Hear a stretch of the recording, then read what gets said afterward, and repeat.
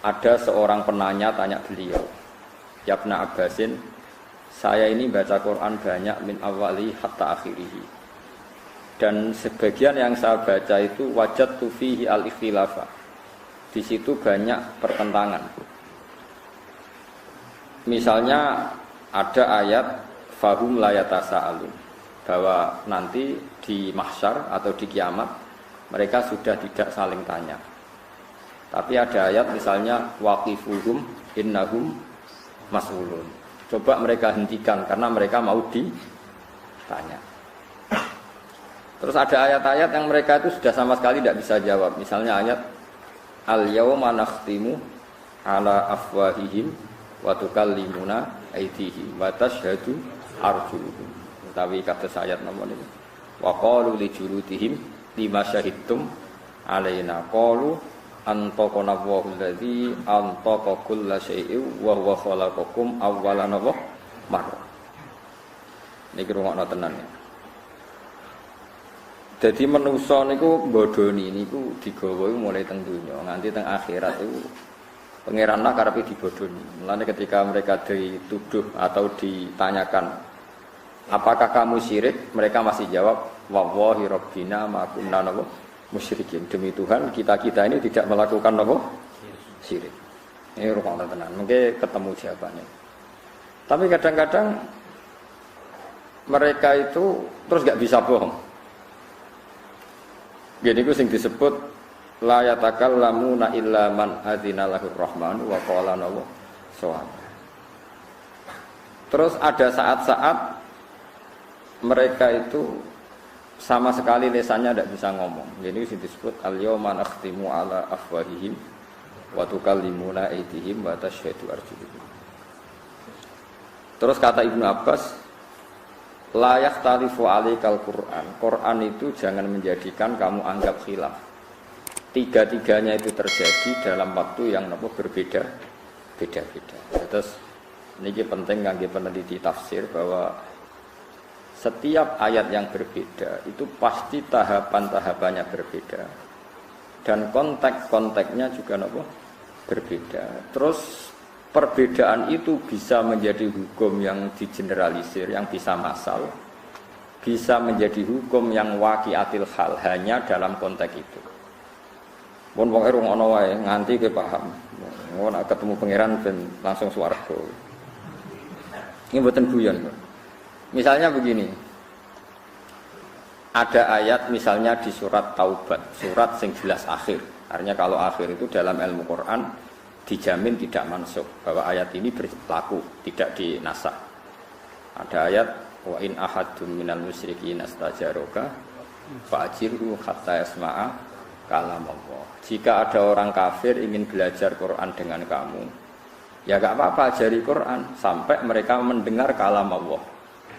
Kalau mereka siap belajar kalamullah dan mau ngaji sama kamu, ya enggak apa-apa. Dijak ngaji. Tapi aja kan nafsiri Quran, paham nggih, mau kon ngaji tok. Summa ablihu makmana, dan harus kamu jamin keamanannya. Oke, itu juga konteks. Ada konteks yang demikian. Tapi para ekstremis sing diapalo kan mau ayat pokoknya nak ketemu wong kafir faqtul musyrikina haitsu wajadtumuhum wa khuluhum wahsuruhum waq'udu lahum kullama. Pokoknya kalau ketemu orang musyrik itu bunuhlah mereka, kepunglah mereka, bidik di mana saja mereka berada. Ngono jenenge waq'udu lahum kullama. Itu juga ada konteks yang seperti itu. Tapi ada konteks wa in ahadum minal musyrikin astajaroka ya fa'jirhu.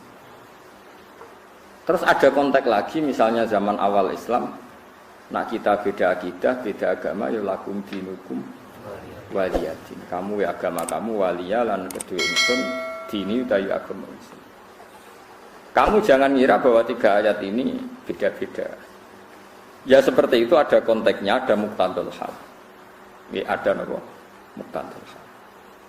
Nah kemudian yang menjadi penelitian para mufassir itu satu, apakah setiap kejadian itu bisa digeneralisir atau waqiatul hal, memang kejadiannya saat itu ya seperti itu, tapi tidak menjadi hukum yang bisa menjadi makis aleh, menjadi general untuk yang lain, menjadi kias.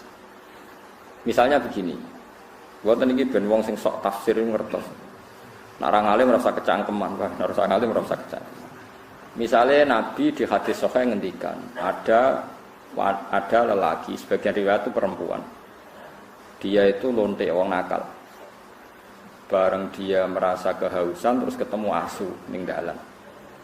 Asune melet-melet terus pokoke ditafsiri iku kehausan terus dia nyemplung ning kali ning gone napa sumur teng Arab, angel sumur.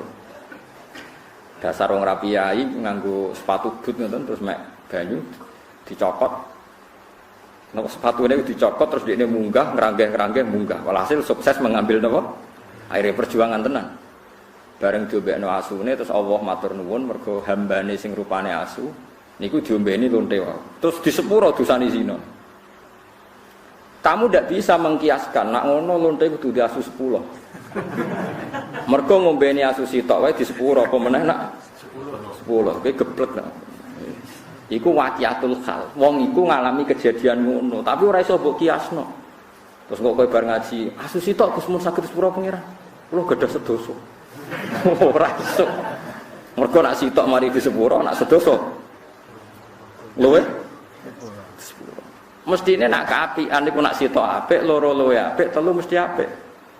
Tapi dari Imam Ghazali, yo nak kaapian niku contone ngono. Nak contone obat overdosis, urip tak mati.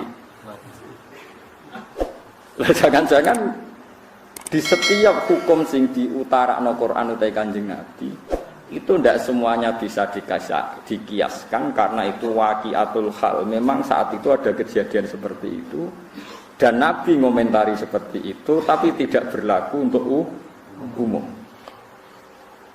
Nah berlaku untuk umum terus sampean ngeten, semua riwayat itu asu lho, boten kucing. Mboten pitik.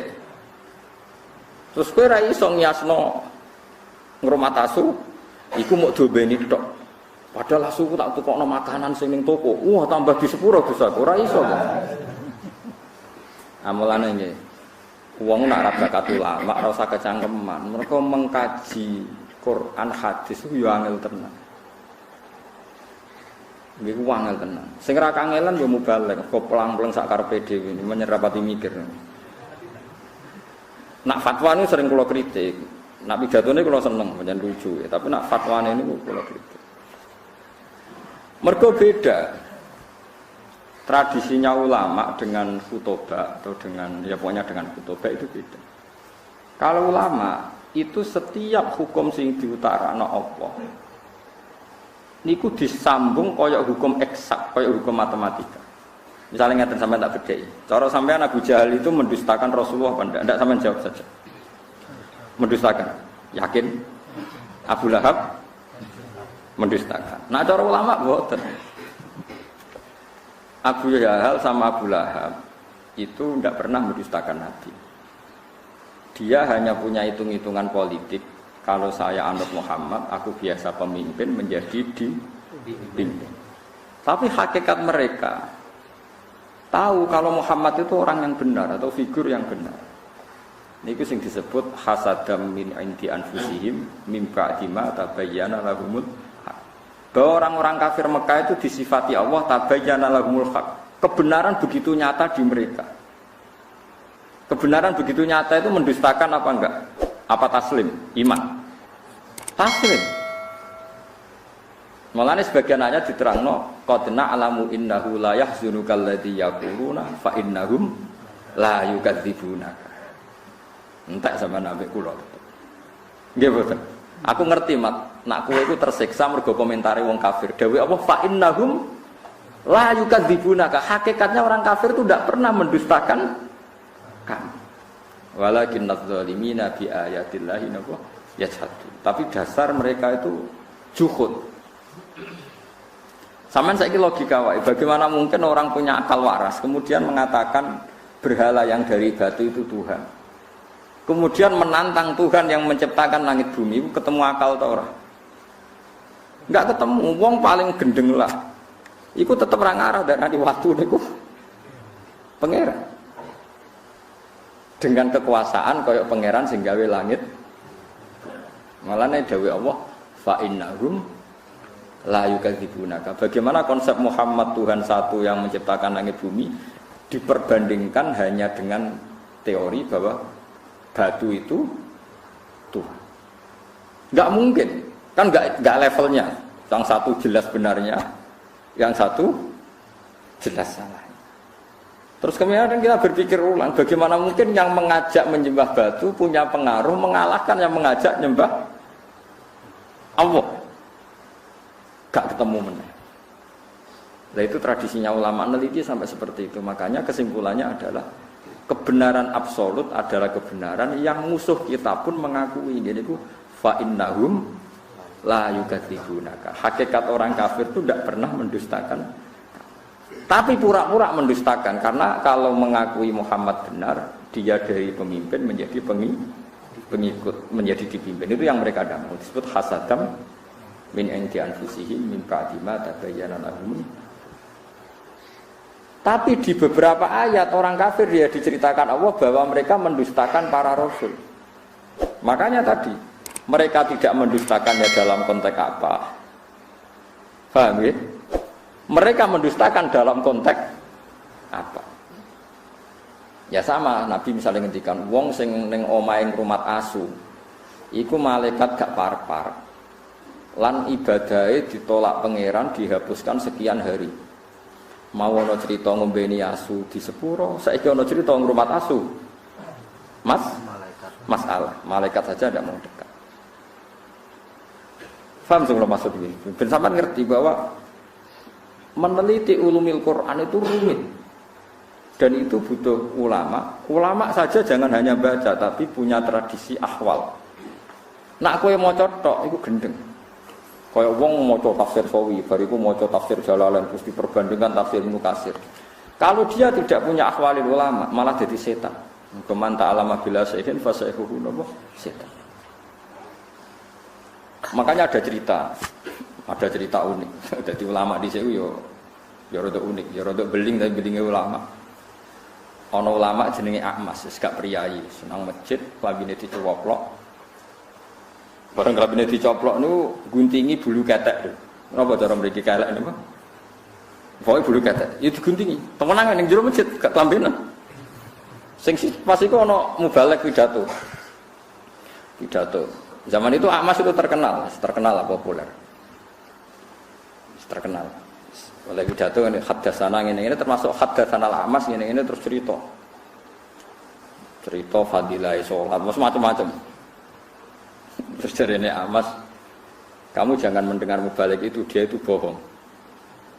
Terus setelah itu mubalek itu enggak tahu kalau itu Ahmas. Ala tastahiyya, kamu apakah enggak malu di depan orang banyak di masjid?